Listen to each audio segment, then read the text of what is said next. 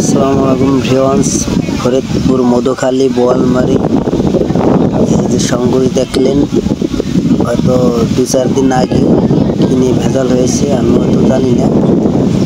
আজকে সমাবেশ শুনে আমি ভিডিও করতে গেছিলাম। এই সমাবেশ হতে দিনে আমাদের মন্ত্রী ভালো একটা কাজ করছেন, তিনি যাক সে যাচাই বাছাই করে দেখবে আর দুর্গুণ সে বিচার করবে, আলহামদুলিল্লাহ। আর কোন